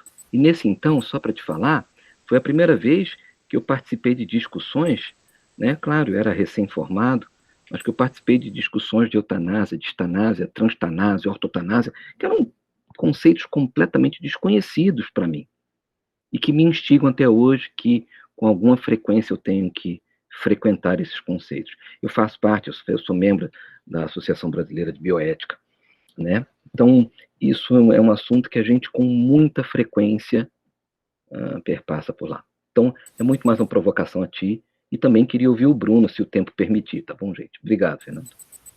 Excelente, acho que são ótimas considerações. Eu acho que a gente toca aí numa questão, talvez a gente pode nomear esse problema como o problema da pluralidade, do pluralismo, né? Uma sociedade plural, né? A gente vive numa sociedade em que, de repente, você tem um vizinho ali que é testemunha de Jeová, que tem uma visão sobre como ele vai buscar a saúde dele, né? E aí você tem um outro vizinho pensando numa visão diferente, porque você pode ter um outro vizinho, talvez muçulmano hoje, né? Que pode ter uma outra visão, e como que a gente vai chegar num acordo numa sociedade com visões cada vez mais plurais, né? Esses dias eu estava até comentando com minha esposa, dando um outro exemplo. Você imagina, né? Imagina surgir uma seita religiosa ali, e eles afirmarem, por exemplo, né? Tô só colocando uma coisa bem assim, caricata, né? Mas você imagina eles afirmarem que eles receberam uma revelação de Deus, que eles não vão usar máscara na rua. Então, eles não podem usar máscara. E aí eles vão começar a pregar isso, e essa seita vai começar a crescer. E eles vão chegar, por exemplo, no governo, e vão falar que eles têm que ter isenção de máscara, porque essa é a crença religiosa deles. Né? E aí começa a ter uma questão de preocupação com o bem público, né? Por causa de visões particulares. Daí o governo fala assim, não vou liberar para vocês. Aí eles vão falar, não, então está havendo perseguição religiosa, né? Eu não queria trazer alguns correlatos com alguns crentes que, por exemplo, acham que o culto presencial no domingo é uma obrigação legal que Deus colocou na Bíblia, né? Que acho que chega bem na discussão que entrou lá no STF. Porque a questão é essa: numa sociedade de valores particulares de cada um, como é que a gente vai viver essa pluralidade, né? E vários autores têm tentado dar respostas para isso, né? O Abraham Kuyper, por exemplo, propôs a ideia da pilarização da sociedade, né? Então, por exemplo, você tem um hospital, por exemplo, de testemunhas de Jeová, onde a coisa funciona daquele jeito. Você tem um hospital para muçulmanos, um hospital para cristãos, onde cada coisa vai funcionar conforme certas cosmovisões. Mas ainda assim, eu acho que é uma solução meio... Não sei se funciona, porque ainda assim, na fila do pão, a gente ainda se encontra. E a gente ainda tem uma vida em comum, né? E como a gente vai buscar essa vida em comum, eu acho que, assim, é um grande desafio, mas ele não pode ser ignorado. Eu acho que o problema é a gente achar que a gente vai conseguir viver uma vida em comum, com cada um tendo a sua própria visão particular e vivendo do jeito que bem entende, porque está começando a surgir conflitos. E esse caso do Testemunho de Jeová, e agora o caso aí de STF tendo que permitir ou proibir culto, são exatamente os outliers, né? A filosofia liberal. São as coisas que vão aparecendo, as falhas da Matrix, né? Que a gente vai vendo que a filosofia liberal não é suficiente para resolver os problemas de como a gente vai viver junto como sociedade, né? Eu só queria, antes do Bruno, só queria fazer um detalhe, que nesse tema, só para apimentar um pouco, e todos aqui somos cristãos, né? A grande maioria dos nossos mártires o são porque morreram por sua fé. E o testemunho de Jeová, a gente não permite que ele se martirize por sua fé. Sim. Fala lá, Bruno, já tô falando muito hoje também. Não, eu concordo com tudo que o Fernando colocou. É o desafio da nossa geração. É o desafio da nossa época. A gente vive... Tem o famoso livrinho, se vocês quiserem entender um pouco mais da implicação política, é esse livrinho aqui, ó. Tá? Por que o liberalismo fracassou? Aproveita que ele foi traduzido, ele só é caro. Tá? Ele basicamente mostra isso. A gente chegou numa época que a nossa cultura está no impasse. Né? A gente vive em sociedades plurais, sociedades multiculturais, né? E a gente tem tentado chegar a um acordo nessa questão de bem comum. Isso é tão forte que o direito, que durante anos o direito natural tinha morrido, eles estão resgatando lei natural, direito natural, tudo de novo, porque a gente tem que pensar num consenso, né? E isso é uma coisa que está vindo, por exemplo, daqueles autores comunitaristas que ele citou, alguns têm uma tendência mais à direita, outros têm uma tendência mais à esquerda. Então, assim, é uma coisa que está pipocando mesmo. A gente está tentando encontrar uma solução para isso, né? Sem tentar ser tecnicista. Eu tenho uma experiência pessoal com isso, com uma experiência parecida. O pessoal citou os antivax. A primeira vez que eu lidei com pessoa antivacina foi em 2016, que eu trabalho com autismo.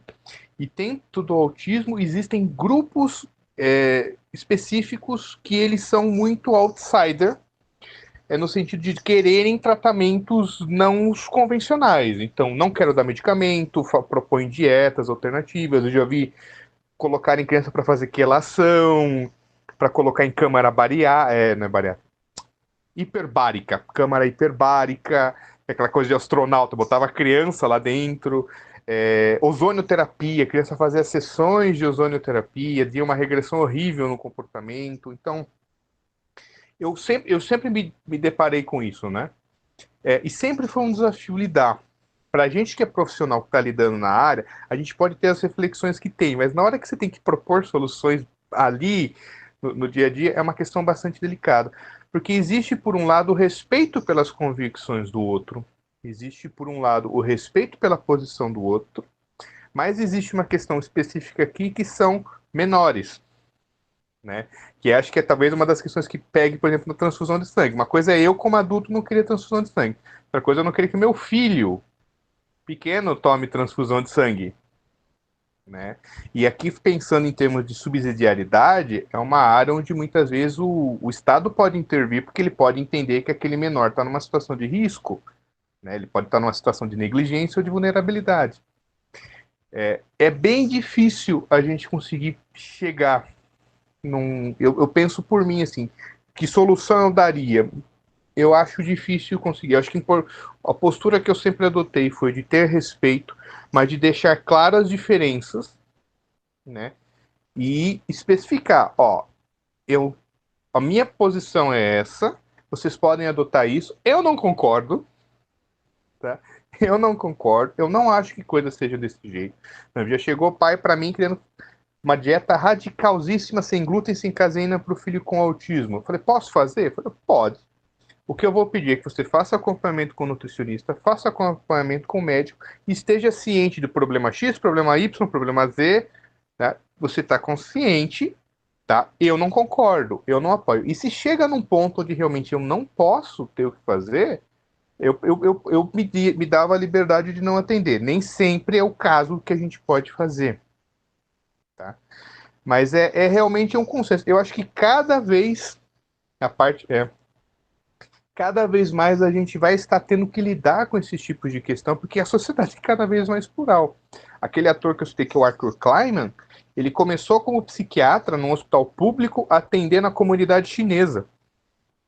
Daí vinha aqueles caras de medicina oriental chinesa, ele se recusava a tomar remédio, se recusava a se submeter ao tratamento, eles internavam um paciente lá, daqui a pouco ele chegava, tava a família inteira fazendo algum ritual no meio do hospital lá.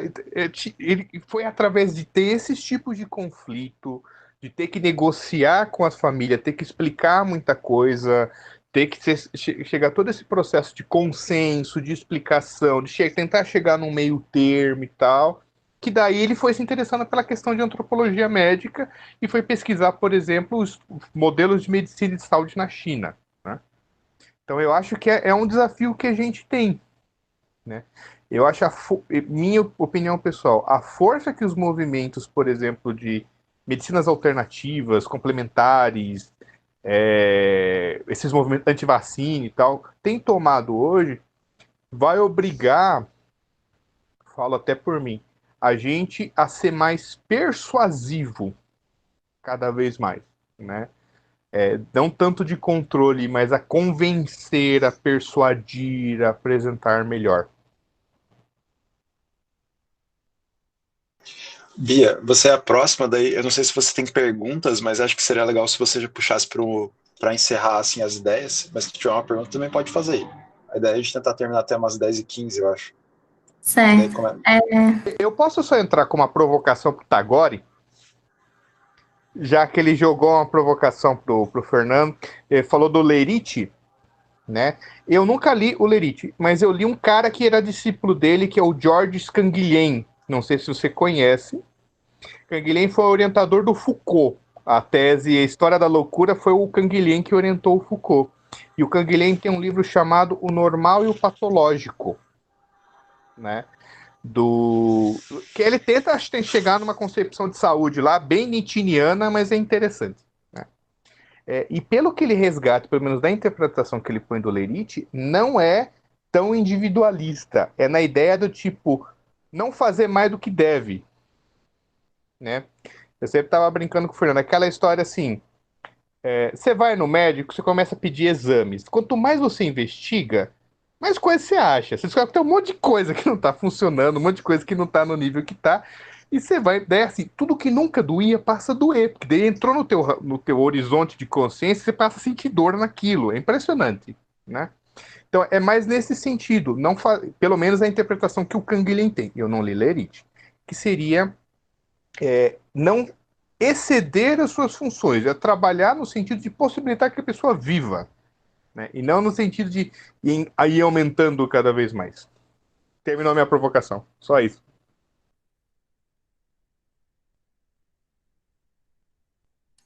Tá, sou eu então? Certo, assim, eu gosto muito desse tema, inclusive, se não me engano, fui eu que propus no grupo da liderança, né?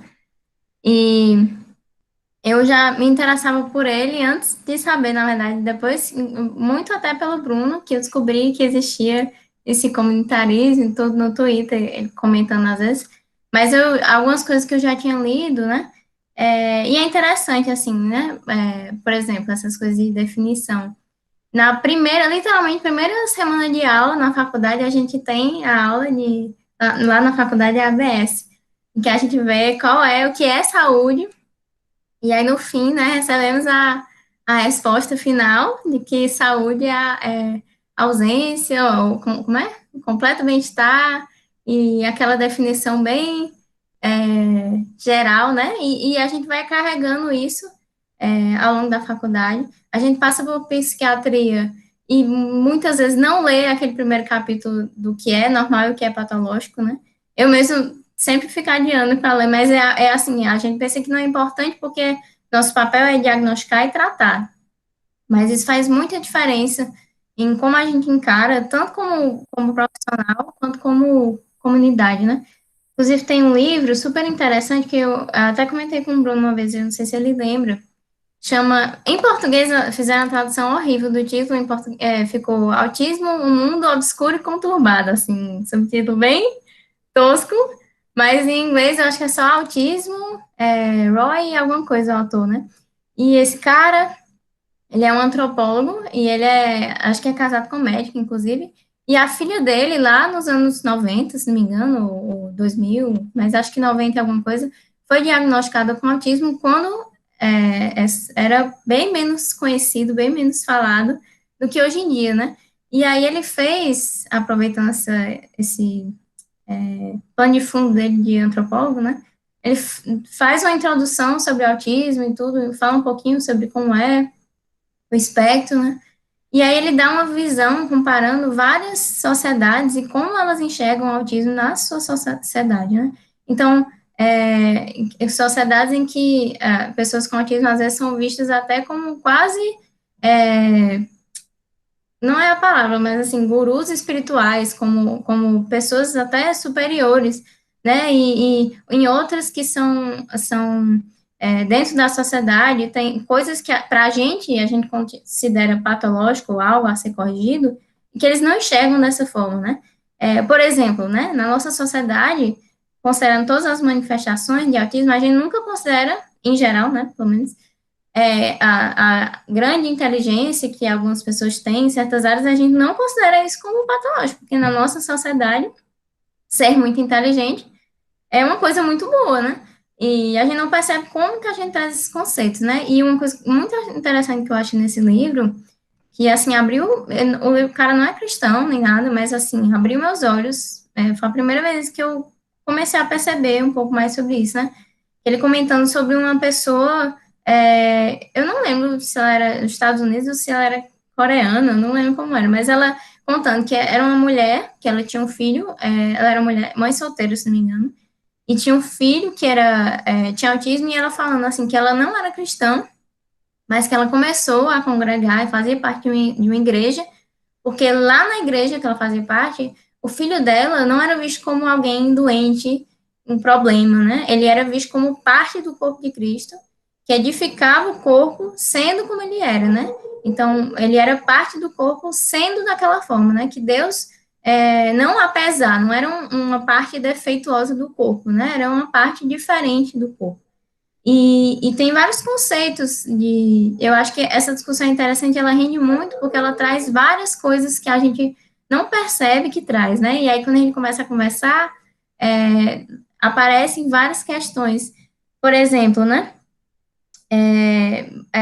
Só alguns comentários que a gente pode ver essa visão de individualismo e comunitarismo, mesmo dentro da perspectiva do pessoal que é um pouco mais à esquerda, que bate muito na tecla, por exemplo, de que aborto é a questão de saúde pública, né?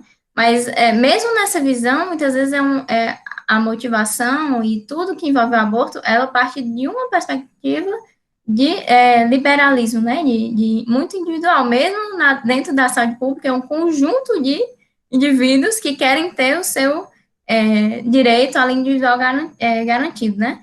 Coisa mais palpável, aquele paciente que chega e tem uma condição que, como todo mundo quer que seja resolvida rápido, e que sabe que pelo SUS às vezes demora, e ele pede que seu exame seja marcado como urgente, porque dessa forma ele vai conseguir ser atendido mais rápido, né? E aí você tem uma multidão de pacientes urgentes, e aí ficam disputando com as questões que são realmente urgentes, porque todo mundo pensa que a sua questão e a sua saúde é mais importante do que a dos outros, e que a saúde que se busca é sempre individual. As pessoas que, por exemplo, ficam revoltadas quando vem, e eu entendo, né, mas quando vem, por exemplo, um profissional da saúde que foi vacinado, e, nossa, esse médico, esse enfermeiro, sei lá o quê, todo final de semana ele tá na festa, né, ele não merece ser vacinado agora, porque a saúde é vista como algo individual e algo em que a vacina é algo que vai beneficiar aquela pessoa, né, de forma individual, não importa se ela está entrando em contato com pacientes, se ela tem o risco de levar essa doença para outras pessoas, né? Enfim, várias questões de que a gente não percebe como a nossa visão de saúde, de doença, né, está sempre sendo colocada em jogo, e às vezes a gente não percebe os nossos próprios pressupostos. Mas só mais um exemplo que eu tenho visto muito também, por exemplo, na discussão que eu vejo bastante sobre obesidade, né? Porque a gente sabe que, de fato, muitos médicos, como é que eu posso dizer? Eles não enxergam o paciente como um paciente, né?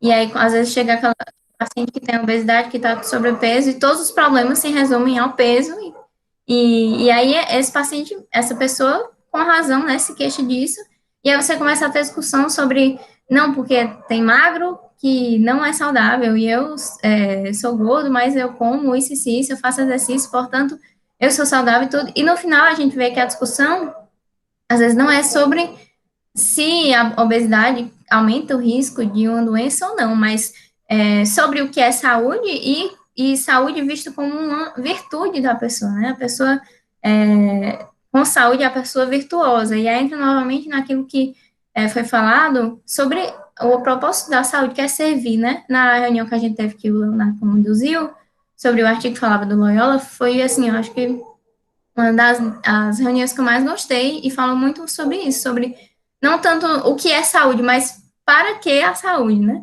E que a saúde não deve ser algo que beneficie a mim, simplesmente, mas algo que é usado para servir, né? Tipo, por que é que Léo tá fazendo exercício, né? Direto e tal, não é simplesmente porque ele quer ficar grandão, eu tenho certeza que ele deve querer também, né?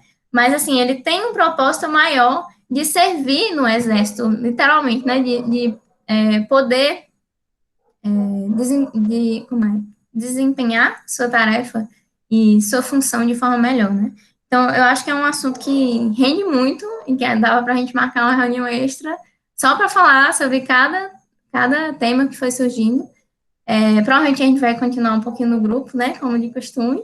Se isso for uma proposta, tem apoio, viu, Guilherme? Sim. Mas, né? Só se alguém quiser só dar mais algum aviso, não sei se dá pra pensar, e a gente vai. Eu acho que eu já vou passando para o encerramento. Daí, se alguém tiver algum aviso, joga aí no chat só para eu ver. Gente, tirar foto. É verdade. Não podemos tirar. Vamos fazer isso antes de orar. Gente, foi aberta pelo Fernando, foi aberta a caixa de Pandora do bem. Eu só queria deixar esse encerramento, assim, porque, eu acho que a gente já está caminhando em discussões, assim, e Deus tem nos preparado para discutir cada vez mais temas, e a gente teve o privilégio a gente já tem o privilégio de estar sempre entre mentes brilhantes, né? A gente está sempre com papos muito cabeça aqui, mas a gente teve o privilégio de ter duas grandes mentes brilhantes aqui que também estão indignadas com as mesmas coisas que nós. E eu agradeço a presença de vocês dois. E eu só queria dizer uma coisa. Eu quero essa concha de retalho na minha mesa, em formato de livro, em formato dentro do meu Spotify, já! Mas esse é o tipo de conhecimento que precisa ser divulgado. Inclusive, a Lobi Botal, que chama nós para falar sobre saúde, que saúde é um problema que a gente está precisando ser discutido, inclusive dentro da igreja.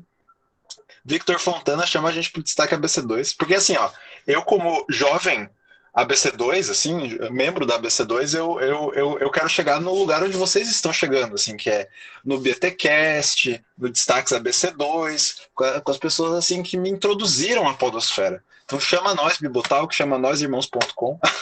Não, tô brincando. Não, na verdade não é brincadeira não, é bem sério. Mas, gente, muito obrigado por toda essa reunião. Eu acho que o senhor tem nos conduzido.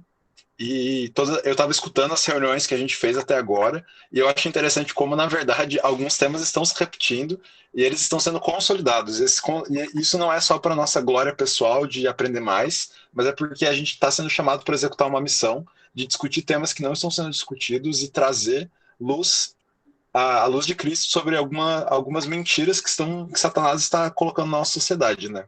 Então eu queria agradecer por todos. Eu só queria saber, Beatriz, esse podcast não. Beatriz, essa reunião está sendo gravada, pelo amor de Deus, porque eu preciso escutar isso umas 4 vezes para poder entender o que aconteceu aqui. Sim, até agora, tudo certo. Mas eu vou, agora, acabando 10h15, eu vou orar pelo nosso grupo aqui, para a gente poder encerrar.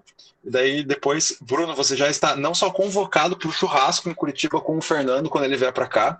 Eu vou ficar na UPA 12 horas lá nos Covid só para poder pagar esse churrasco. Mas assim, ó, tem que só deixar passar essa pandemia um pouquinho.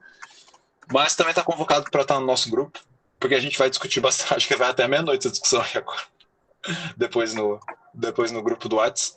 Mas glória a Deus por tudo que a gente tem discutido aqui e aprendido.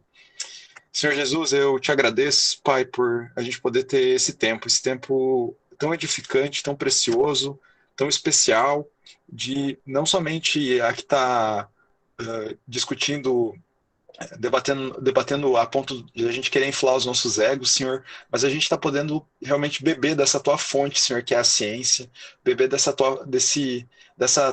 desse mel e leite, Senhor, que emana de ti, Senhor, que é o centro de toda a ciência, o centro de todo conhecimento, é aquele que o verdadeiro conhecimento se encontra oculto, Senhor. Então eu te agradeço porque o Senhor junta a tua igreja para poder construir esse conhecimento. O Senhor edifica os nossos irmãos, Pai, a gente se edifica uns aos outros para a gente poder se aproximar um pouco mais de um conhecimento que o Senhor quer nos revelar, de um conhecimento que o Senhor quer nos ensinar, para que a gente possa aprender um pouco mais sobre essa belíssima criação que o Senhor nos deixou aqui, para como a gente pode desfrutar cada vez mais desse jardim, Senhor, que é a tua criação, mesmo com todos os efeitos da queda, mesmo com todos os efeitos do pecado. Dai-nos força, Senhor, para desfrutar, Senhor, da tua criação e para poder lutar realmente, frear o mal desse mundo, Senhor, e fazer parte dessa redenção cósmica que Cristo já fez na cruz, Senhor, já estabeleceu e está fazendo, Senhor, e nós ainda vamos ver ela plenamente, Senhor, um dia na Nova Jerusalém, Senhor. Glórias te damos, Senhor, pelo tempo que nós tivemos aqui. Em nome de Jesus. Amém. Amém. Gente, vamos tirar a foto. Amém. Primeiro, antes de qualquer coisa, todo mundo abre a câmera. Pelo amor de Deus. Inclusive, eu vou tirar a foto Ela tá com o animada. nosso... Hoje eu tô com a máscara do nosso mascote, que a liderança sempre fala, mas vocês não sabem que é o Pestilento. Que agora eu tenho uma máscara dele. Cara, o Léo não existe, cara. O Léo não existe. Onde é que você comprou isso, cara? Eu quero uma dessa. Olha, Cara, eu comprei antigamente, na Amazon. eu Você queria comprou reclamar na- porque cara, o nosso vou comprar isso símbolo... aí, velho. Essa é a O nossa logo nosso símbolo secreta. ia ser o Pestilento, mas o Thiago não deixou, entendeu? A BC2 barrou e eu estou muito satisfeito com isso. Eu escrevi abaixo assinado para voltar o Pestilento para a BC2, entendeu? Nossa, cara, eu quero essa parada aí, eu vou comprar. Tô fantasiado no trabalho, inclusive. Eu vou, inclusive, eu quero assustar os recrutas que tentam me dar golpe para conseguir dispensa lá no quartel. Sim, todo mundo? Quem vai abrir? Falta alguém? Pois, todo mundo sorrindo aí? Acho que deu certo. Deixa eu ver. Foi até eu gravando. Mais alguém quiser tirar para garantir?